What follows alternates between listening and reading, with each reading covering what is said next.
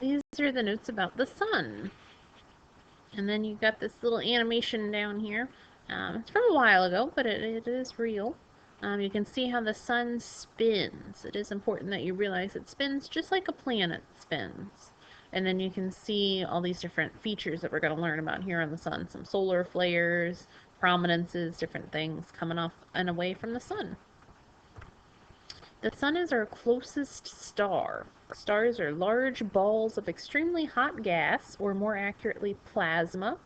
And plasma is that mixture of sort of all of the different types of matter. It's actually what you would call ionized gases, whereas a gas is just neutral particles all put together. This plasma is charged or ionized. It's got the different charges on it. So the difference between plasma and gas.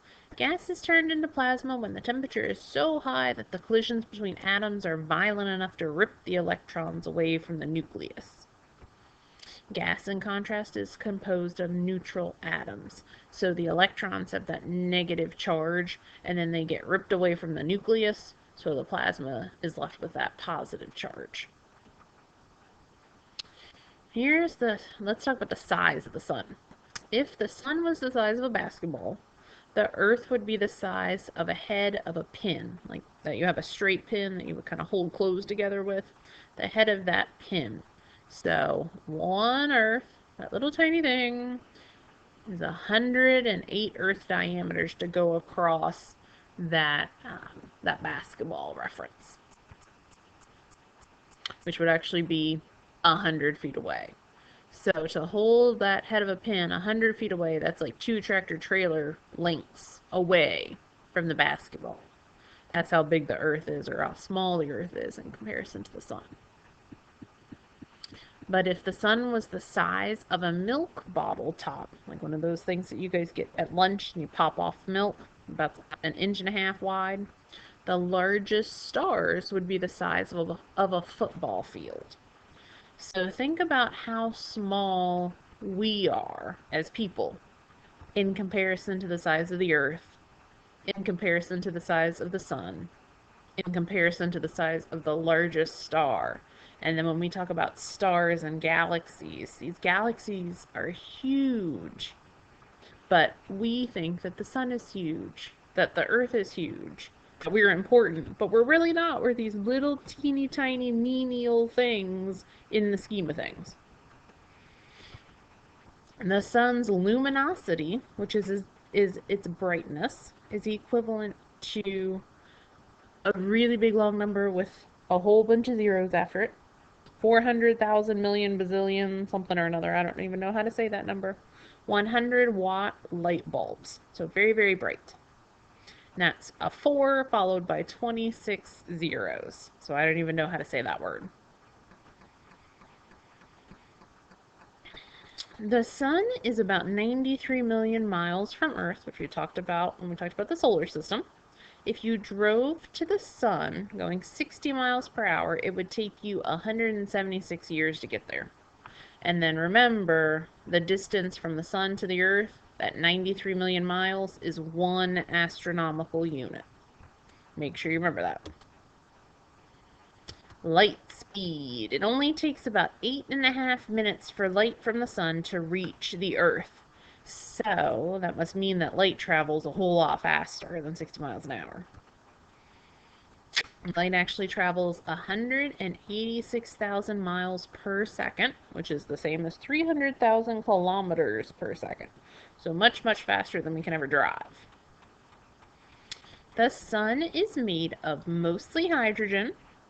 It's 73.9% hydrogen, and helium, 24.4%. Oxygen makes up a very little bit of it, at 0.8%. Carbon is 0.3%. Nitrogen is 0.1%. And then a combination of other things make up that other 0.5% to get us up to 100%. Remember, the Earth is mostly nitrogen and oxygen, but the sun is mostly hydrogen and helium. Hydrogen is the most common element in all stars. It'll be very important for you to remember that.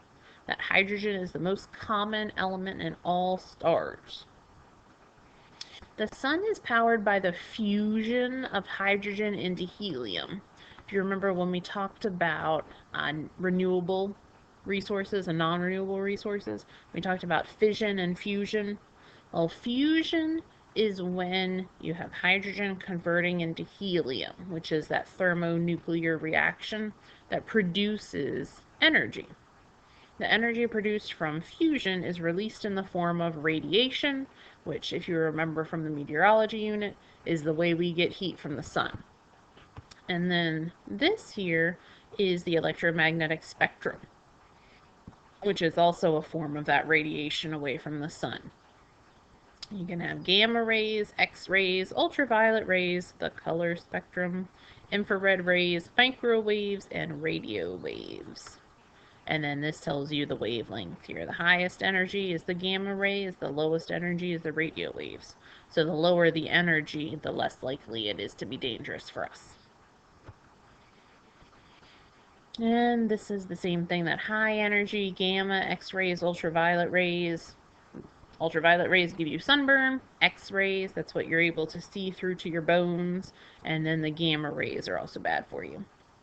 But the visible spectrum, Roy G. Biv, that's okay for you. Infrared rays, microwaves, and then the FM, AM, radio waves, those are down here with that low energy spectrum. Is it true that if you look at the sun, it can damage your eyes? SpongeBob will tell you, yes, it is most definitely true. But you should never, ever, ever, ever, ever look at the sun because it could damage your eyes and also give you other lovely issues like here. UV rays can give you skin cancer. That's what these are pictures of, skin cancer. That's why it's very important not to tan, not to go to tanning beds. Spray-on tans. Do those. Those are okay if you want to look tan. The structure of the sun. There are three distinct solar regions. The core, so the sun has a core just like the Earth does. The inner zones, that would be kind of like the mantle in accordance with the Earth. And then the atmosphere, so again, just like the Earth. And then here is a lovely picture of everything that we're about to talk about. So keep this picture in mind. If you need to come back to it, I definitely recommend it. The core, the center of the sun. 10% of the sun's diameter is here in the core, and it is somewhere between 15 million and 25 million degrees Celsius. And it is the densest layer of the sun. It's 4 times denser than lead. The core is where the nuclear fusion occurs. That's where the hydrogen gets converted into the helium, which gives us the extra power, or the extra energy, which is the radiation coming away from the sun, and gives us our sunlight. It fuses about 600 million tons of hydrogen every second, yielding 596 million tons of helium. So this is why the sun is mostly hydrogen and helium. The remaining 4 tons of hydrogen are converted to energy, which makes the sun shine. The radiation zone surrounds the core. The energy moves by radioactive waves, and the temperature there is about 2.5 million degrees Celsius. The inner zone is where big bubbles of hot gas transport energy toward the surface by convection. And remember convection. We've been talking about it all year long. As the air, or whatever we're talking about here, heats up, it'll rise to the surface. So again, remember the core here is the hottest, and then it's going to heat up, rise. As it sinks, it's going to cool, or as it cools, it'll sink from the atmosphere, and then come back down, heat up, rise again. Remember, that's that convection. And it is about 1,100,000 degrees Celsius. So that's not very cool, but it's still cooler than it is at the core. Convection cells in the sun work in a way similar to water boiling on a stove.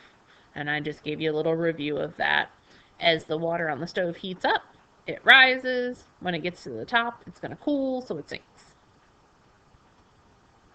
The photosphere is the surface of the sun. Remember photo, like you're going to take a picture. So the photo is the surface, the outside of the sun. The temperature there is about 6,000 degrees Celsius. So again, we're cooling just like we are with the Earth as we move away from the center or that core. And it produces the visible light that we see. It's important for you to know that the light that we see comes from the photosphere. A grainy appearance called granulation caused by convection of gases in the convection zone. So the grainy appearance on the outside of the sun comes from the gases moving around by convection in that convection zone. Every cell is about 1,000 kilometers, which is about 600 miles in size. And that's what we're talking about with the granules. So here's a picture of the Earth on top of a picture of the sun. And each of these little dark spaces is a granule, which is pretty big in comparison to the size of the Earth. The chromosphere is on the outside of the photosphere. And chromo, we know, means color, so this is the color sphere. Gases here are also moved by convection that transfer energy to the corona. This region is not usually seen because of the bright photosphere. The corona is the outermost region of the sun, which is up to 1 million degrees Celsius, and it prevents atomic particles from escaping into space. But when they do escape, they form solar winds, which we'll talk about in a second. So the sun is here, but we've blacked out the inside part of it, and the corona is this sort of halo around the picture. Types of solar activity. Sunspots. Sunspots are concentrations of magnetic fields usually occurring in bipolar clusters or groups. They appear dark because they are cooler than the surrounding photosphere. Sunspots spanning a region 15 times larger than Earth. So those darker areas are the sunspots. And then this whole thing out here, that's the whole sun. Prominences. A solar prominence, which is also known as a filament, is an arc of gas that erupts from the surface of the sun. If you've looked at one of those older type of light bulbs, the clear kind that you can see through, the part that actually makes the light shine is called a filament, and it's a connector. It's sort of arc-shaped. So that's where this name comes from, prominence and filament. Prominences can loop hundreds of thousands of miles into space. Prominences are held above the sun's surface by strong magnetic fields and can last for many months. At some time in their existence, most prominences will erupt, spewing enormous amounts of solar material into space. They're kind of like a volcano in that way. And then here's a picture of the sun in this giant arc, or prominence, or filament, whatever word you'd like to use. It's coming off the side of the sun. And then here's some more prominences, just a different type of photo. It's big arcs coming off the surface of the sun down here. And then here's another prominence, not quite arc-shaped, but here it is. Solar flares are extremely violent outward eruptions of ions, and they start at sunspots. You can see here, these are just different types of pictures, the way that they can be taken. And you've got a sunspot right there, and then it's the same place turning into a solar flare. And then this thing coming off the side right there, that's a solar flare. Prominence there. And then here's a little video of solar flares coming off the sun. It looks like things are radiating out away from the sun, which in fact that they are. So the sun is blocked out here by this disk, and you can see the solar flares coming out from the sides of the disk, blocking out the actual sun. Solar wind. When solar flares release ions into space, we refer to them as solar wind. Those ions react with Earth's magnetic field, and then something else will happen. So you've got the Earth here, and the winds are coming in towards the atmosphere, And then when they interact with Earth's magnetic field and come through the atmosphere, we get the auroras. As the solar winds and ions approach, they are guided by Earth's magnetic poles. They react with the ionosphere, that outermost portion of the Earth's atmosphere, creating auroras. The northern lights are called the aurora borealis, and the southern lights are called aurora australis. So as they come through at the North Pole, that would be the aurora borealis, and at the South Pole, that would be the aurora australis. Australia is in the southern hemisphere, so that's how you can remember the difference between the two. Australia, southern hemisphere; australis, southern lights, southern hemisphere. And then that's a picture of one of the auroras as seen from space, obviously. So this is the solar wind coming in and interacting with our atmosphere. And then these are pictures taken on Earth. Probably the northern lights here.